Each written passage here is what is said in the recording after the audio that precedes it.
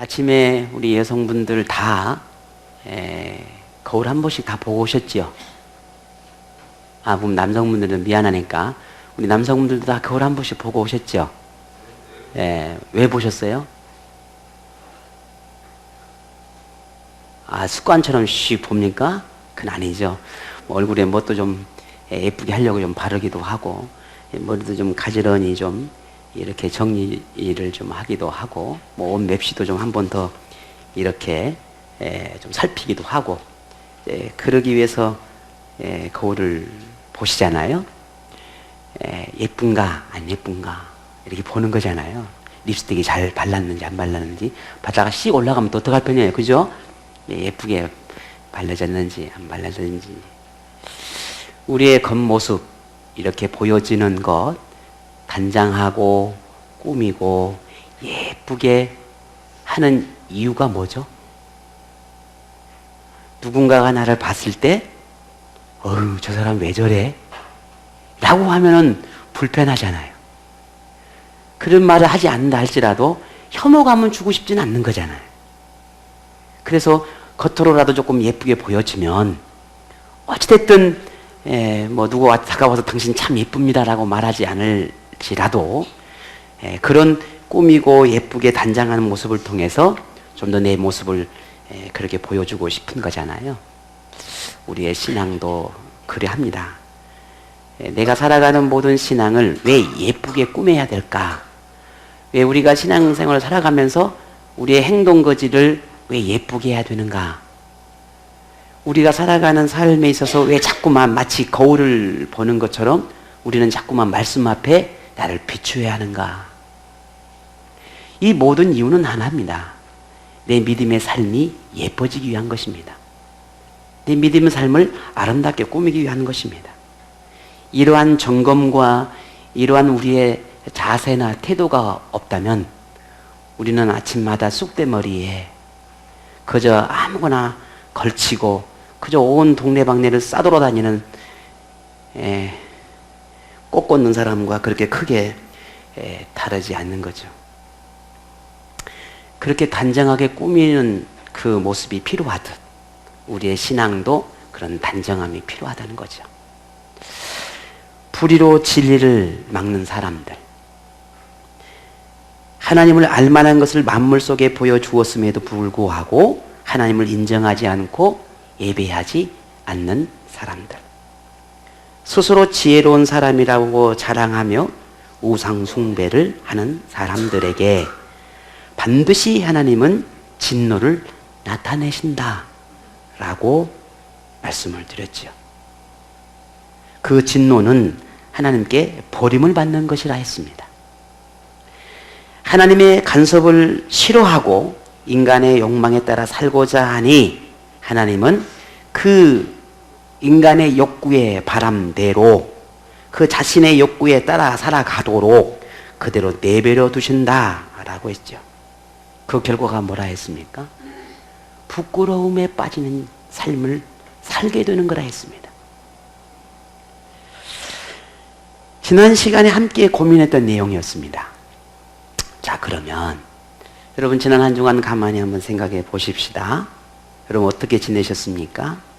한 주간 하나님이 나의 삶 가운데 찾아오셔서 나를 간섭해 주셔서 내가 하나님의 원하시는 그 믿음의 삶을 살 수 있도록 우리의 마음을 활짝 열어서 하나님이 내 안에 들어오셔서 그 영적 욕구를 통해서 살아갈 수 있도록 그런 삶을, 오픈된 삶을 여러분 사셨는가 하는 거예요. 마음의 정욕을 따라 살고자 하는, 내 안에 있는 인간의 욕구에 따라 살고자 하는 그 마음이 어김없이 사라지지 않고 내 안에 솟아오를 때 그 욕구들을 제어하고 그리고 그 유혹들을 물리치고 승리의 삶을 살고자 하는 그런 노력들이 우리 안에 있었는가 하는 겁니다. 바라건대 그런 노력들을 하고 또 하나님 앞에 부끄럽지 않게 하기 위해서 열심히 최선을 다해 삶을 살았으리라 그리 생각합니다. 그리 믿어도 되겠지요?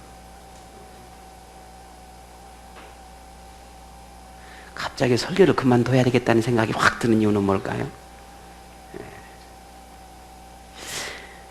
이 땅에서 모든 인생은요, 끝이 있다는 거 우리가 다 아는 바고 인정하는 바입니다.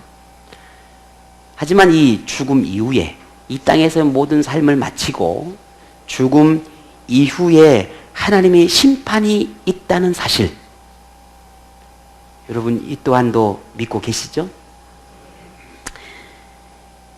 그런데 이 죽음 이후에 우리에게 다가올, 아니 모든 인류, 창세 이후부터 주님이 오신 날까지 살았던 전 모든 인류가 이 하나님의 심판을 피할 수 있는 자가 단 한 사람이라도 있을까? 없다는 겁니다. 단 한 사람도 없어요. 왜냐하면 하나님께서 이 땅의 모든 사람의 삶을 마치고 하나님의 부름을 받는 모든 사람들에게는 반드시 하나님의 심판이 있을 것이다 라고 하는 것이 불변의 법이에요. 불변의 법. 바뀌질 않아요. 이미 하나님께서 히브리서 말씀을 통해서 우리에게 말씀해 주셨지요. 9장 27절에 보면 한 번 죽은 것은 사람에게 정해진 것이요 그 후에는 심판이 있을 것이다. 여러분, 하나님의 심판이 있답니다. 아멘 하실 수 있겠어요? 주여, 그 심판은 제발 저에게는 이렇게 상관없는, 꽤 바람이 돼야 하겠지만 성경은 현재적이든 혹은 미래적이든 하나님의 진노, 하나님의 심판이 있을 거라고 하는 것은 분명하게 가르쳐주고 있습니다. 하지만 현실적으로 보면 안타깝게도 우리 현대인들에게 하나님의 심판에 대한 설교나 가르침이 점점 더 축소되어지고 있는 것 같습니다.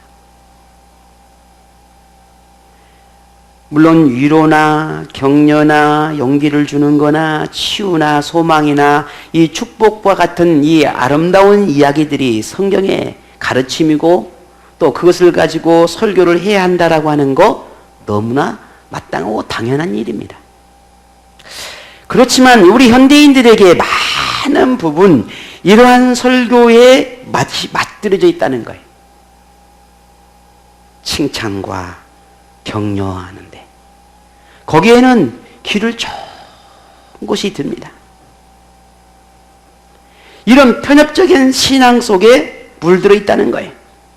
그래서 하나님의 공의나 심판이나 정의나 죄악을 책망하는 이러한 설교를 들을 때면 참 많이 불편해합니다. 그래서 하나님의 대한 두려운 마음을 가지게 하는 메시지를 선포하면 환영받지 못해요. 지난 2주, 3주 가까이를 지금 이렇게 죄에 대해서 계속해서 제가 다루고 있습니다. 많이 불편하시지요? 은혜가 팍팍 됩니까? 막 죄에 대해서 이야기하고 있는데, 막 듣고 있으니까 막 내 안에 있는 그 뭔가 그렇게 하나님 말씀대로 살지 못한 게 막 솟아오는데, 주여, 감사합니다. 막 이런 마음들이 막 솟아나요? 은혜 중에 은혜네요. 깨닫게 하시니까요. 은혜 중에 은혜네요. 근데 왜 변화가 없을까요? 깨닫게 하는데. 왜 똑같을까요?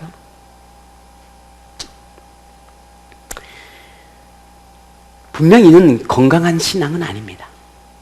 건강한 설교도 아니고 건강한 교회라 할 수도 없습니다. 중요한 것은 하나님 말씀을 그게 좌로나 우로나 치우치지 아니하고 정말 분명히 하나님의 그 말씀을 전하는 것, 그것이 정말 교회고 그게 목회자고 그게 그것을 아멘으로 받아들일 수 있는 그 믿음이 참 신앙이에요. 왜? 하나님께서 그렇게 말씀하셨으니까.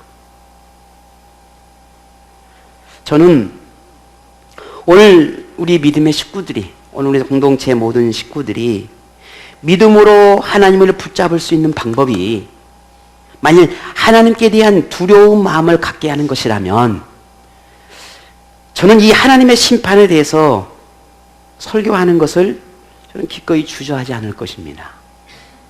물론 지금까지도 그래 했고 앞으로도 그럴 것입니다.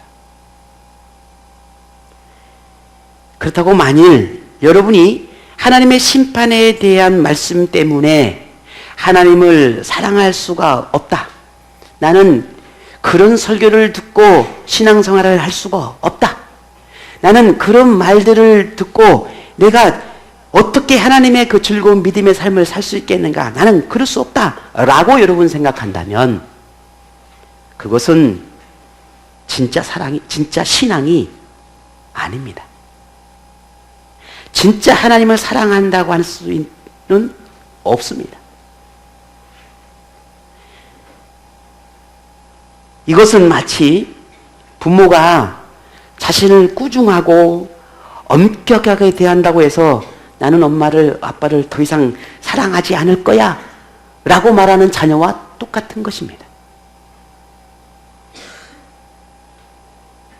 하나님을 진심으로 사랑한다면 하나님의 그 진심을 아는 자녀라고 한다면 하나님의 모든 말씀 앞에 우리는 예 라고 응답할 수 있어야 할 것입니다. 자신을 돌아보며 돌이켜서 하나님의 마음에 합당한 자녀가 되기 위해서 노력할 것입니다. 이것이 하나님 말씀을 대하는 자녀의 태도가 되어야 한다는 말입니다. 오늘 본문 말씀은 역시 우리의 바람이나 우리의 기대나 우리의 소망이나 내 마음에 뭔가 좀 그런 자유로움을 주는 그런 말씀이 아니라 오히려 더 엄격하면서 엄중하게 경고하고 있는 말씀으로 우리에게 주십니다. 지난주 말씀에도 그랬습니다. 오늘 이어서 본문 역시 하나님의 정의라고 하는 이 잣대로 하나님의 진노하심에 대해서 기록하고 있다는 겁니다. 자, 그렇다면 누가 하나님의 엄중한 이 진노를 받을 것인가? 누가 하나님께 버림을 받는가 하는 겁니다. 하나님은 오늘 바울을 통해서 이렇게 이야기합니다. 28절이죠. 자, 또한 그들이 마음에 하나님 두기를 싫어하며 하나님께서 그들을 그 상실한 마음대로 내버려 두사 합당하지 못한 일을 하게 하셨습니다. 하나님의 진노는 누구에게 임하느냐? 누구에게 임한다고요? 하나님의 심판이 누구에게 임한다고요? 예. 마음에 하나님을 두기를 싫어하는 사람에게 하나님의 진노가 임한다 그랬습니다. 하나님이 없는 사람은 죄를 무서워하지 않습니다. 자, 우리가 하나님을 알기 이전으로 돌아가 보십시다. 하나님을 알고 나서 그게 죄였나? 그게 그렇게 큰 죄였어? 라고 생각되어지는 것들이 참 많이 있었을 것입니다. 근데 우리는 그때는 그게 죄라고 생각해 본 적이 한 번도 없었습니다. 왜? 하나님을 마음에 두기 싫었고 하나님이 우리 안에 있지 않았기 때문입니다. 하나님을 업신여기는 사람은 악행을 행해도 두려워하지 않습니다. 하나님을 하찮게 여기는 사람은 하나님을 예비하지 않습니다. 부모를 하찮게 여기는 사람은 그 부모의 말에 순종하지 않잖아요.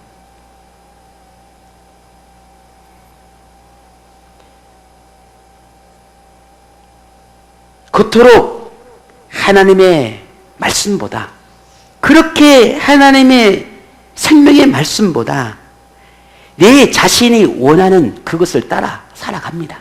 그게 하나님이 없는 사람의 특징이에요. 그렇게 하나님을 마음에 두기 싫어하니 하나님은 어떻게 하신다는 겁니까? 상실한 마음대로 내버리신다라고 했습니다. 상실한 마음대로 내버리신다. 이게 하나님의 심판이고 진노하심입니다. 자, 그러면 하나님이 내버릴 수밖에 없는 그 상실한 마음이 뭔지를 우리가 이해해야겠죠. 상실하다라고 하는 말의 원래 의미는 거절되다라는 뜻을 가지고 있어요. 거절되다. 뭔가 내가 뭔가 제안을 했는데 거절해버리는 거예요. 거절받는 거죠. 제안하는 자에게. 그리고 가치 없게 여긴다라고 하는 뜻을 가지고 있는 낱말입니다. 그래서 이것을 쉬운 성경에는 이렇게 해석을 해놨어요. 하찮게 여기는 것이라고 해석했습니다. 참 아주 우리 쉽게 이해할 수 있는 표현입니다. 하나님을 하찮게 여기는 것. 하나님을 하찮게 여기는 그 마음을 그냥 그대로 내두신다는 거예요. 내버리신다는 거예요.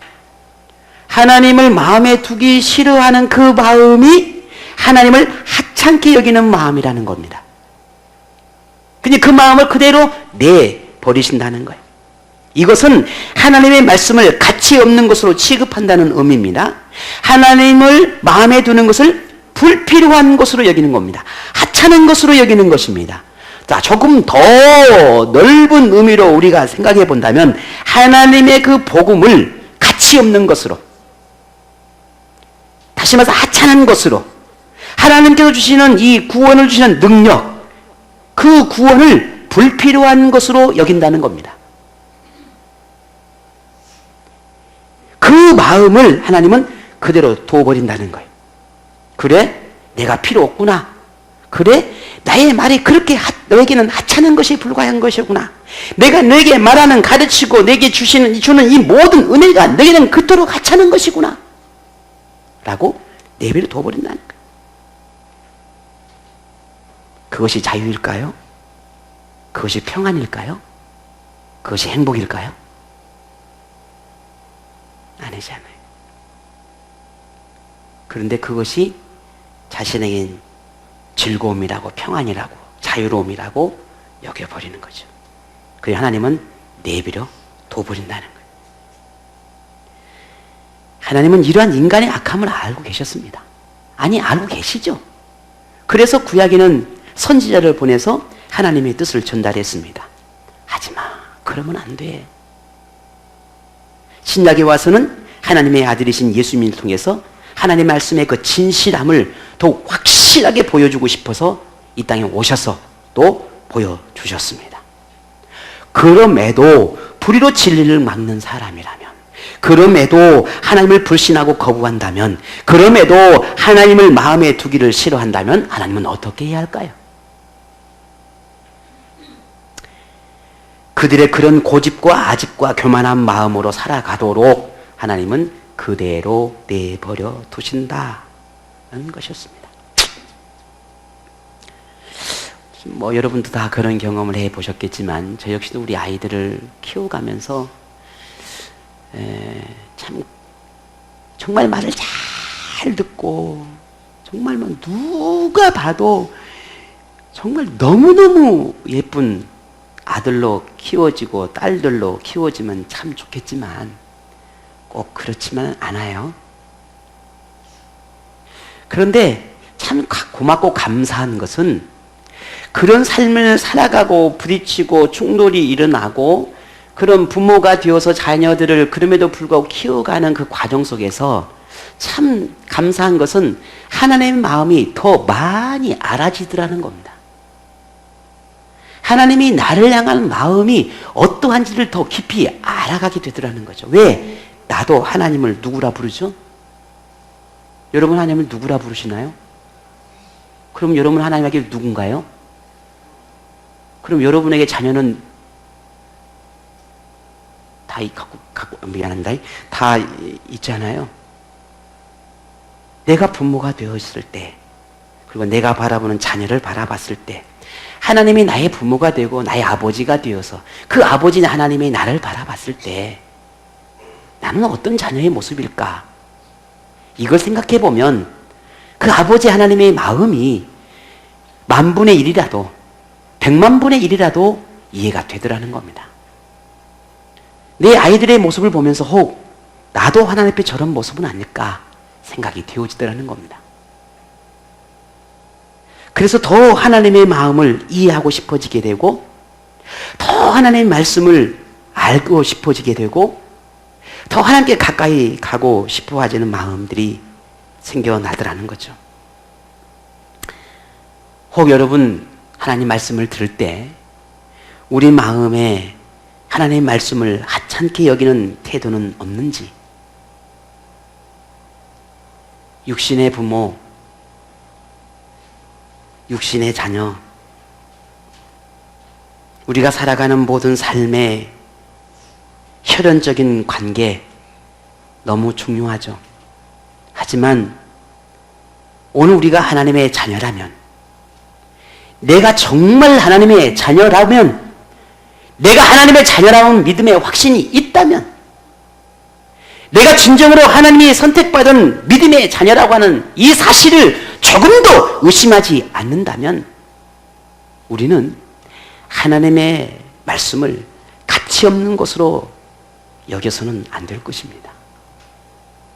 하찮게 여겨서는 안 될 것입니다. 우리는 이렇게 말할 것입니다. 나는 한 번도 하나님의 말씀을 하찮게 여긴 적이 없습니다.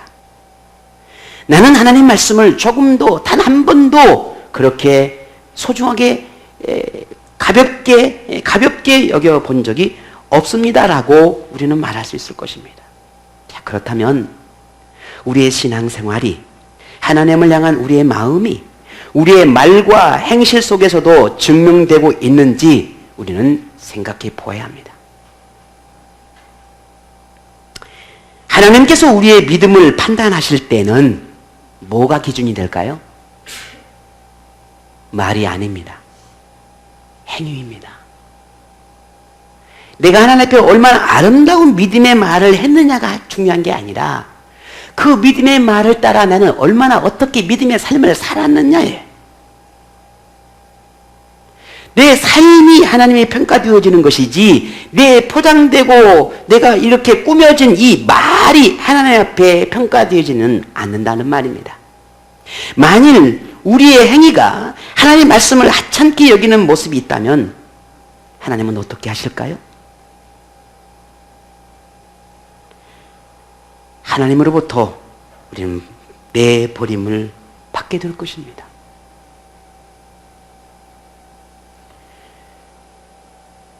바울은 그렇게 하나님을 하찮게 여기며 하나님의 말씀을 떠나버린 사람, 그렇게 하나님의 내버림을 받는 사람의 삶이 어떠한지에 대해서 오늘 본문에 쭉 나열을 하고 있습니다. 29절에서 32절의 말씀까지 보면, 마지막 32절에까지 하면 22가지의 특징들이 나오죠. 그 앞에까지 우리가 21가지의 특징이 나옵니다. 그런데 하나님은 그 모든 특징 하나하나들을 하나로 정의하셨는데 그게 합당하지 못한 일이다 라고 정의했습니다. 이 21가지의 모든 내용들이 하나님에 합당하지 않는 거예요. 하나님이 원하지 않는 거라 정의했습니다. 이건 결코 내가 원하지 않아 라고 정의했다는 거죠. 그게 뭡니까? 자, 봅시다. 제가 한번 볼게요. 여러분 다 읽으려면 해 넘어가니까. 모든 불의, 추악, 탐욕, 시기, 살인, 분쟁, 수군수군하는 거, 속임수, 비방, 하나님을 미워하는 거, 거만한 것들, 건방짐들, 자기를 자랑하는 것들, 악을 도모하는 것들, 부모를 거역하는 것들, 양심 없는 행동들, 약속을 지키지 않는 것들, 친절하지 않은 것들, 동정심이 없는 그런 영적인 상태, 마음의 상태들을 가리켜서 하나님이 뭐라고 말씀하시냐면 합당하지 않는 일이다. 나는 내가 원하는 것이 아니다 라고 말합니다.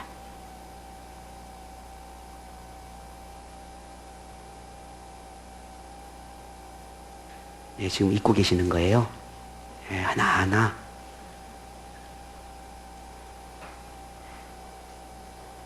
그런데 이런 모든 일련의 죄악의 모습들은 나 자신에게도 물론 하나님이 원하시지 않는 것이기도 하지만 사실은 이웃에게도, 이웃을 향해서도, 세상을 향해서도, 사회 속에서도 도덕적이고 윤리적인 그런 기준으로 보아도 그 어떤 것도 해당되지 않습니다.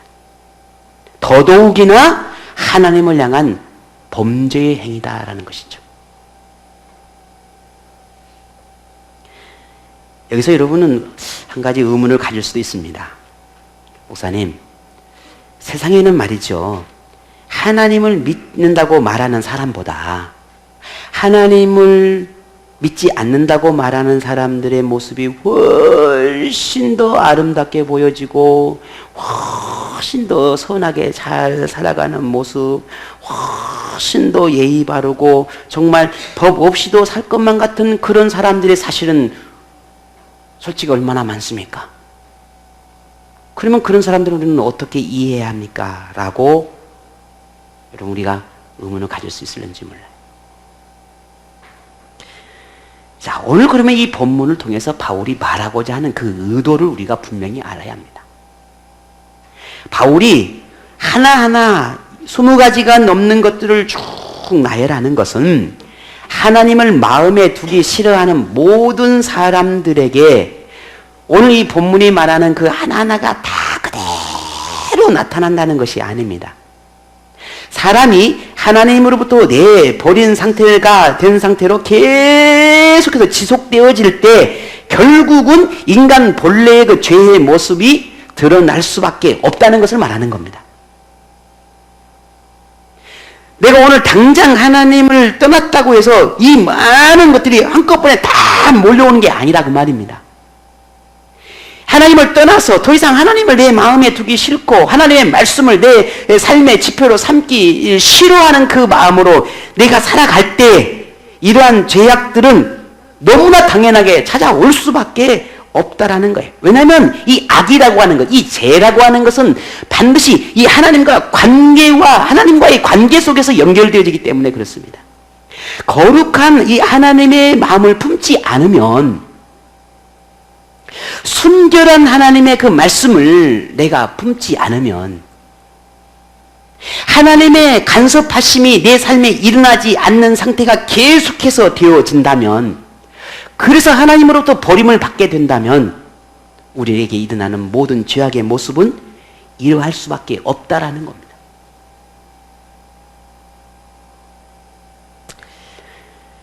그래서 사람이 보기에 아무리 선한 사람일지라도 예의 바르고 선한 일들을 많이 하고 착해 보인다 할지라도 하나님을 마음에 두기 싫어한다면 그 사람 역시 불의함으로 진리를 막는 사람에 불과합니다. 자, 고개를 들어보세요. 뭐 들어봐야, 고개를 들어야 저를 보죠. 고개 들어 저를 봐야지. 눈을 뜨고 저를 보시고. 제가 좀 착해 보이나요? 안 착해 보이나요? 네? 왜요? 자, 그러면 다들 우리 조홍사님 착해 보이나요? 안 착해 보이나요? 왜 나한테는 대답 안 하고?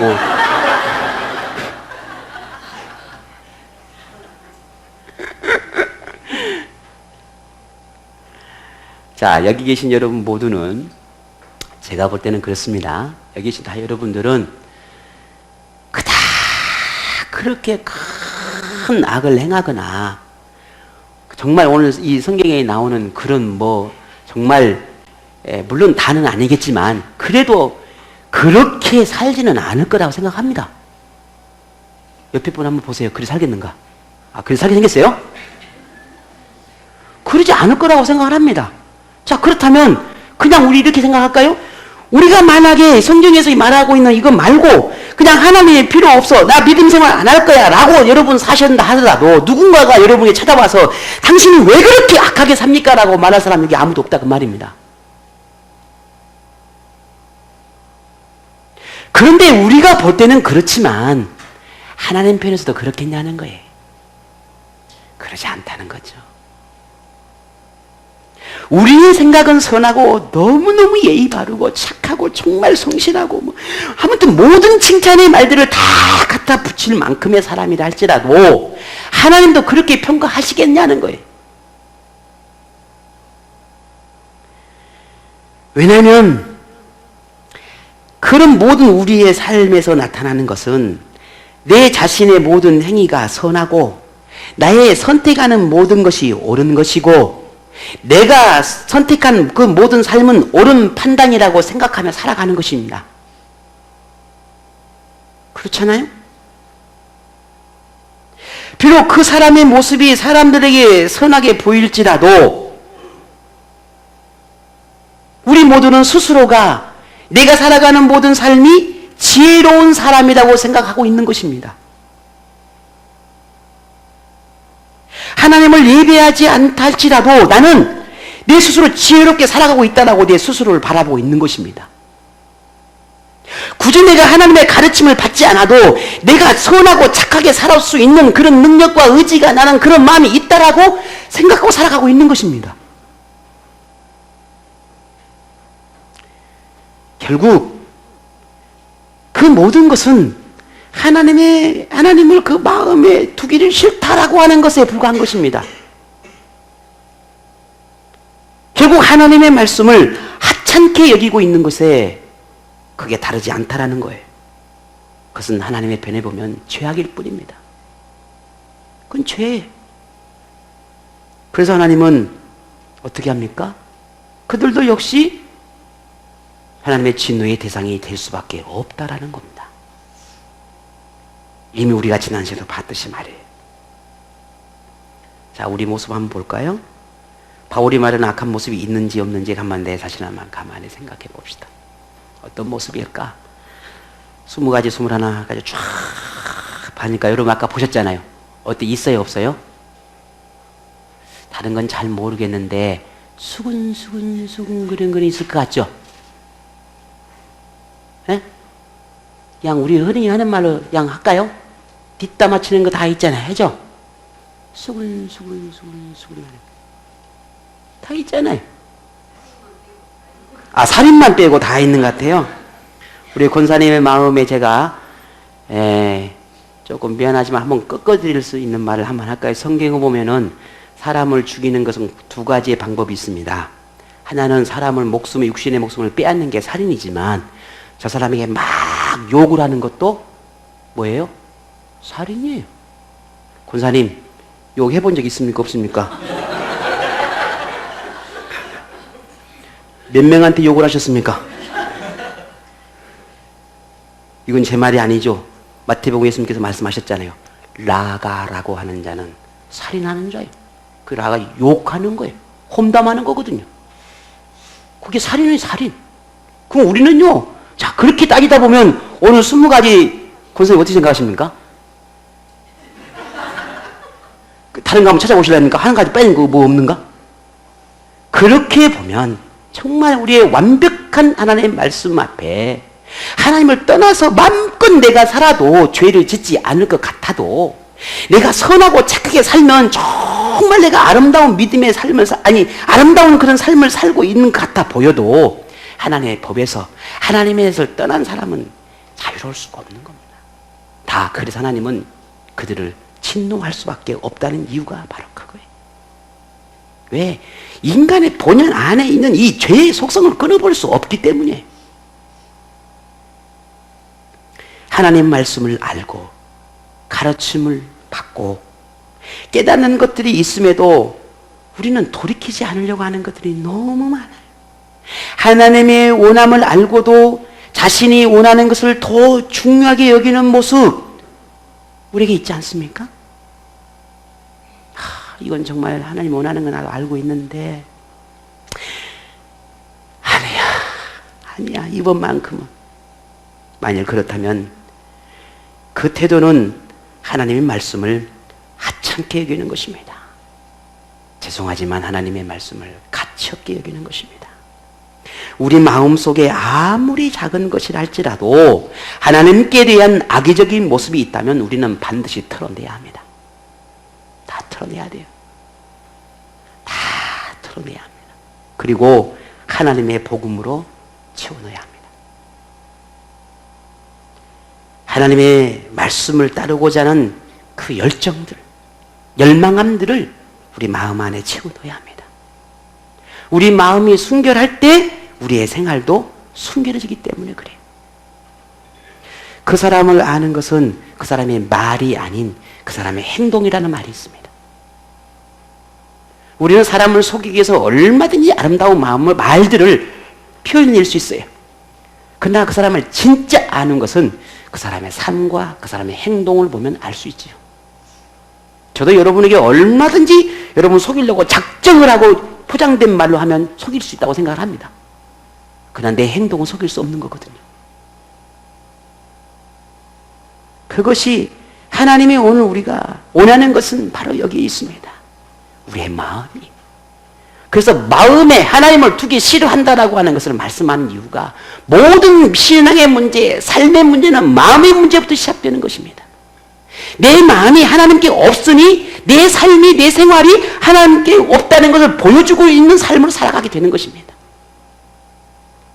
우리의 마음이 하나님을 열망하고 우리의 마음이 하나님을 향한 사랑으로 가득했으면 좋겠습니다. 오늘 우리의 모든 마음이 그러하기를 원합니다. 바울은 그렇게 20가지가 넘는 이 악의 형태를 쭉 나열하고는 하나님의 말씀을 하찮게 여기는 사람의 특징 하나를 결론적으로 우리에게 말하고 있습니다. 이게 참 오늘 우리가 주목해야 할 말씀입니다. 우리 함께 볼까요? 자, 다 같이 한번 읽어봅니다. 32절 시작.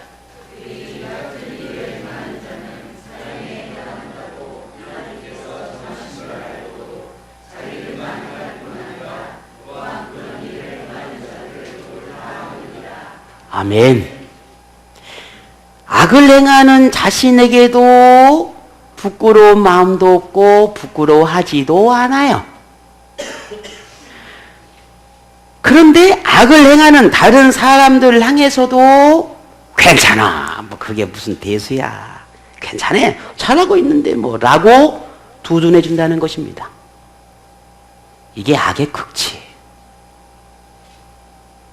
이게 악의 극치입니다. 제가 우리 종사인데 그런 표현을 했던 것 같아요. 야, 우리 아이들이, 우리 이 현대인들이 얼마나 바쁘고 힘들어요. 그죠? 근데 그럼에도 불구하고 우리 아이들이 아침 일찍 나와서 학교 가는 것처럼 나와서 하나님 앞에 예배를 드리는 게 얼마나 예뻐요. 그죠? 여러분 바쁘고 힘든 생활에 봉사하고 헌신하고 수고하는 삶을 살아가는 게 얼마나 아름다워 보여요. 만약 거기에만 머물러 있어 버리면 우리는 지도자가 아니다. 그 이상을 뛰어넘어야 돼. 칭찬하고 격려하는 것은 중요합니다. 그러나 거기에 멈춰버리면 우리는 지도자가 아니에요. 그것은 마땅한 것이에요.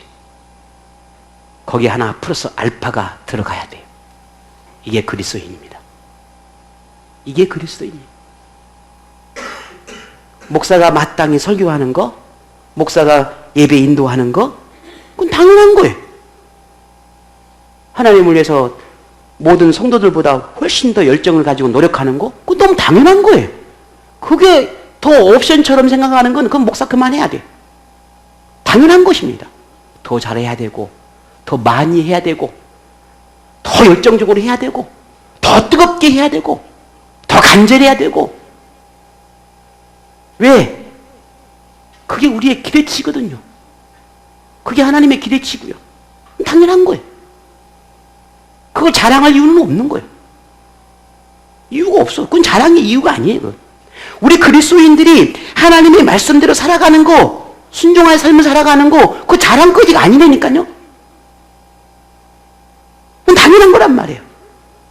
어제 우리 엄마가 이랬는데 나 엄마가 이런 말하는 걸 내가 이렇게 해드렸거든. 당연한 거예요. 그렇지 않아요? 그래서 만일 하나님 앞에 칭찬을 받기를 원한다면 플러스 알파가 들어가야 돼요. 그 당연한 것을 조금 더 플러스 알파가 들어가는 거, 그게 칭찬거리지 당연한 것 가지고 칭찬거리가 아니라는 말입니다. 우리는 말씀대로 살아가는 거, 그게 당연한 것입니다. 근데 그것이 칭찬거리로 다가오기를 기대한다면 그건 온전한 건강한 신앙이 아니란 말입니다. 수요일, 금요일, 주일 예배 드리는 거, 그거 당연한 거예요. 그런데 내가 수요일 한번 드리고 금요일 드리는 게 그게 칭찬거리로 받는다면 그건 잘못된 거예요. 내가 하나님이 내게 주신 사명을 최선을 다해서 감당하는 거, 그건 당연한 거예요. 근데 그 당연히 감당해 나가는 걸 칭찬거리 여긴다면 그건 잘못된 거예요. 건강한 신앙이 아니에요.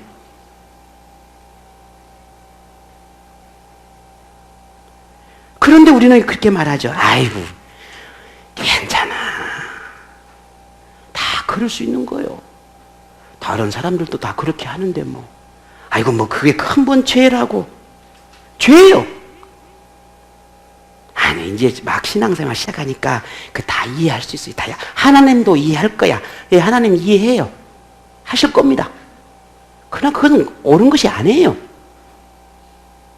아유 집사님 돈도 없는데 요즘 얼마나 힘든데 무슨 11조야. 다음에 다 빚 좀 갚아주고 여유 있으면 그때 11조 해도 괜찮아. 하나님 다 이해하실 거야. 이해하죠. 죄예요. 그 죄라고요. 당연하고 마땅한 것을 하나님 앞에 행위를 드리는 것은 큰 칭찬거리가 아니란 말입니다. 그걸 하지 않는 게 죄란 말이에요. 해야 되는 것을 하지 않는 것도 죄지만 하지 않아야 될 것을 하는 것도 죄예요. 우리가 너무 당연한 것을 하나님 앞에 뭔가 우리가 믿음의 삶을 살아가는 게 너무 당연한 것을 당연하지 않게 생각하는 거, 우리는 이런 모습들이 하나님 앞에 죄라는 걸 분명히 인식해야 합니다. 왜냐하면 볼까요? 오늘 32절 가운데 한 부분이 있어요. 이 부분을 우리는 더 주목해야 돼요. 뭐냐면 이 같은 일을 행하는 자는 그랬어요. 어떻게? 하나님이 합당하다고 여기지 않는 이 모든 일들을 행하는 자는 사형에 해당한다고, 죽음에 해당된다고, 하나님의 심판의 대상이 된다고, 하나님의 진노의 대상이 된다고 하는 것을 하나님께서 정하셨다는 것을 어떻게 하도? 알고도 그랬어요. 알고도, 배웠음에도 라고 하는 거예요. 그럼에도 불구하고 어떻게 한다는 겁니다. 괜찮아 라고 말하고 있다는 겁니다. 그럴 수도 있어 라고 말하고 있다는 겁니다. 당신은 충분히 그럴 수 있는 상황이니까 다 이해할 거야 라고 말하고 있다는 겁니다. 아니라는 거예요. 아닌 건 아닌 거예요. 옳은 건 옳은 거고 그릇된 거는 그릇된 거지만 아닌 건 아닌 거예요. 죄를 행하는 것이 하나님께 어떻게 평가되고 있다는 것을 이미 알고 있습니다. 그럼에도 하나님을 거역하고 대적하는 악을 행한다는 것은, 그것은 어떻게 우리는 이해할 수 있을까요? 그런데 더 큰 죄악, 더 큰 죄악은 우리 스스로가 죽음을 선택할 뿐만 아니라 나만 죄를 짓는 게 아니라 다른 사람들도 죽음에 이르게 하도록 부추기고 동조하고 이야기하고 있다는 거예요. 이것은 그냥 나 혼자 죄를 지어서 자살하고 뭐 그런 게 넘어서서 동반 자살하고 있는 거예요. 나도 죽겠으니 니도 죽자는 거예요. 내가 죽으려는데 니도 같이 죽자는 거거든요. 이게 하나님은 얼마나 엄청난 큰 죄겠습니까? 그래도 하나님이 진노하신 것이, 심판하심이 공평하지 못하다, 사랑이 없다, 정의롭지 못하다라고 비난할 수 있겠는가? 그럴 수 없죠. 바울은 로마의 그리스도인들이 우상숭배에 너무나 노출되어 있다라고 하는 것을 알고 있습니다. 유대주의적인 기독교가 형성되었고 온전한 복음에 합당한 그런 믿음이 형성되지 않았다는 걸 알고 있었습니다. 그래서 이 하나님의 복음 안에 엄격하게 신앙생활을 한다는 것이 절대 로마 그리스도인들에게는 쉽지 않다는 걸 이 바울이 알고 있었습니다. 하지만 더욱 그럴수록 바울은 더 단호한 말씀, 더 준엄한 하나님의 말씀의 표준이 필요하다는 것을 강조하고 있는 겁니다. 만일 조금이라도 타협하게 되고 로마의 문화와 환경에 영향을 받는다고 한다면 분명 그들도 하나님을 대적하고 하나님의 복음을 무시하는 그런 로마 사람들과 같아질 것이기 때문입니다. 저는 오늘 여러분에게 이렇게 말씀을 드리는 이유는 저 자신에게도 그리고 여러분에게도 우리가 한 가지 세상 사람과 우리가 달라야 하는 그 이유이기 때문입니다. 하나님의 백성과 하나님을 가슴에 품고 살아가는 사람과 그렇지 않는 사람이 같다면 어떻게 우리 마음에 하나님이 있다라고 말할 수 있겠냔 말이에요. 우리는 그렇지 않아야 한다라고 말하고 있는 것입니다. 우리는 그럴 수 없다라고 말하고 있는 것입니다. 세상의 유혹이 거세지고 있는 건 분명한 사실입니다. 우리가 이미 알고 있듯이 말이죠. 신앙생활의 환경이 점점 더 힘들어지고 어렵다는 거 이미 우리가 다 느끼고 있는 바입니다. 그런데 이런 상황이 되어질수록 우리는 자꾸만 타협이나 자기 합리화를 더 강조하고 있는 시대입니다. 하지만 우리가 더욱 하나님의 말씀을 엄격하게 지켜야 하고 삶에 적용시키는 이 믿음의 태도야말로 진짜 우리가 이 시대에 살아가는 생명을 얻는 유일한 비결이라는 거 우리 잊으면 안 됩니다. 그렇지 않으면 하나님을 하찮게 여기는 사람과 우리가 무엇이 다르겠는가?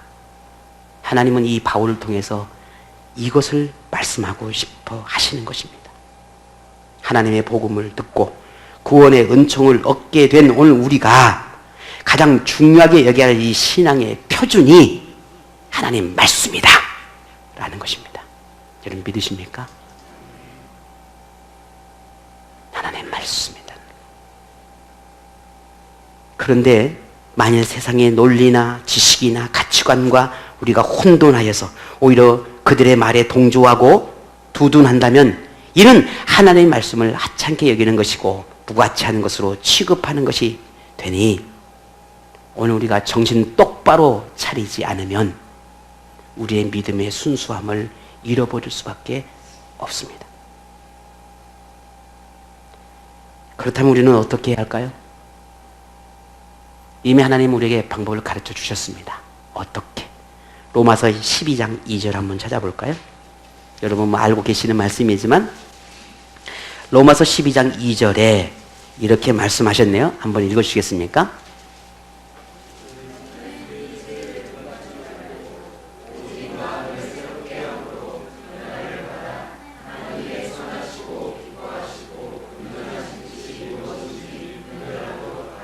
아멘.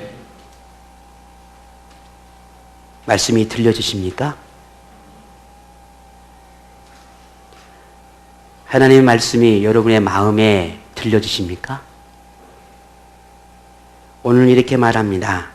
세상을 본받지 않아야 한다. 세상과 구별되어져야 한다. 그리고 하나님의 뜻에 집중되어지는 삶을 살아야 한다. 라고 말합니다. 그러면 우리는 무엇을 해야겠습니까? 우리는 변화되어야 합니다. 변화를 시작해야 합니다. 세상 속에서 만들어진 습관을 버려야 합니다. 내 이 사고가 잘못됐다면 하나님의 말씀에 비추었을 때 내가 잘못된 판단, 잘못된 생각은 이걸 뜯어 고쳐야 합니다. 이걸 버리지 않으면 우리는 하나님 말씀 앞에 살아갈 수가 없습니다.